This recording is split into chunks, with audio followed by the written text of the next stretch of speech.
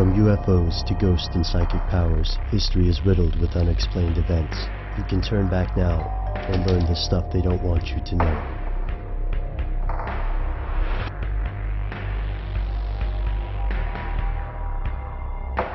Here are the facts.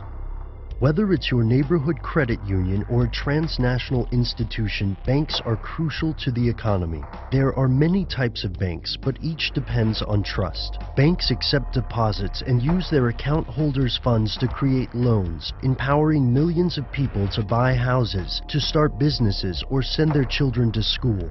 International banks offer similar services to foreign clients, which could be individuals, companies, or entire governments. Intergovernmental organizations like the World Bank and the International Monetary Fund provide services geared toward development and stabilization of the global economic order. Given all the recent banking crises, it's no surprise that banks have critics. Often depicted as corrupt, lacking oversight, or simply disingenuous, banks from Iceland to Iowa have picked up a tarnished reputation. But to conspiracy theorists, banks are more than just mismanaged. They're actually running the world. Here's where it gets crazy. It's not likely that any one group runs the world, but banks certainly own a lot of it. In 2011, three complex system theorists at the Swiss Federal Institute of Technology conducted an interesting experiment. They analyzed the control network of transnational corporations to see how this structure affects the global market. Starting from a list of over 43,000 transnational companies, the group cross-referenced ownership pathways, essentially asking who owns what and how.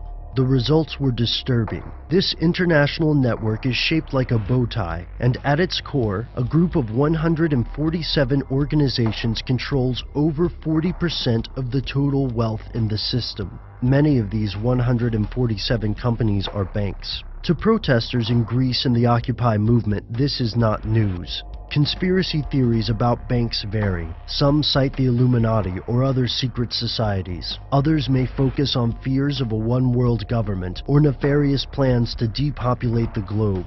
In Confessions of an Economic Hitman, author John Perkins claims that organizations like the IMF and World Bank ordered him to force developing countries into bad decisions for loan money, including selling resources and industries to private, often foreign owners. Even banking employees have criticized international lending practices. Nobel Prize winner and one-time World Bank economist Joseph Stiglitz condemned the free market fundamentalism of his former employers.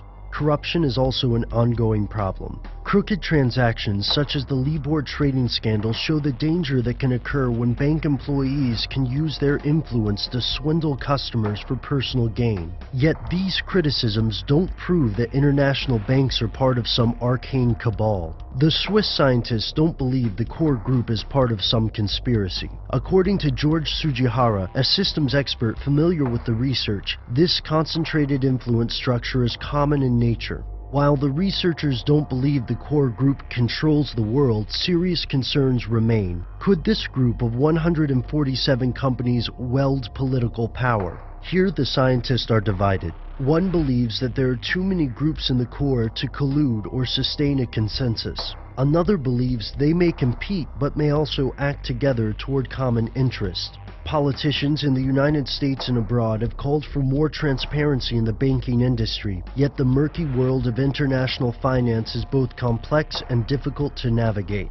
While there may not be proof of an international banking conspiracy, the lack of oversight and enormous concentration of power creates more than enough opportunity to hide the stuff they don't want you to know.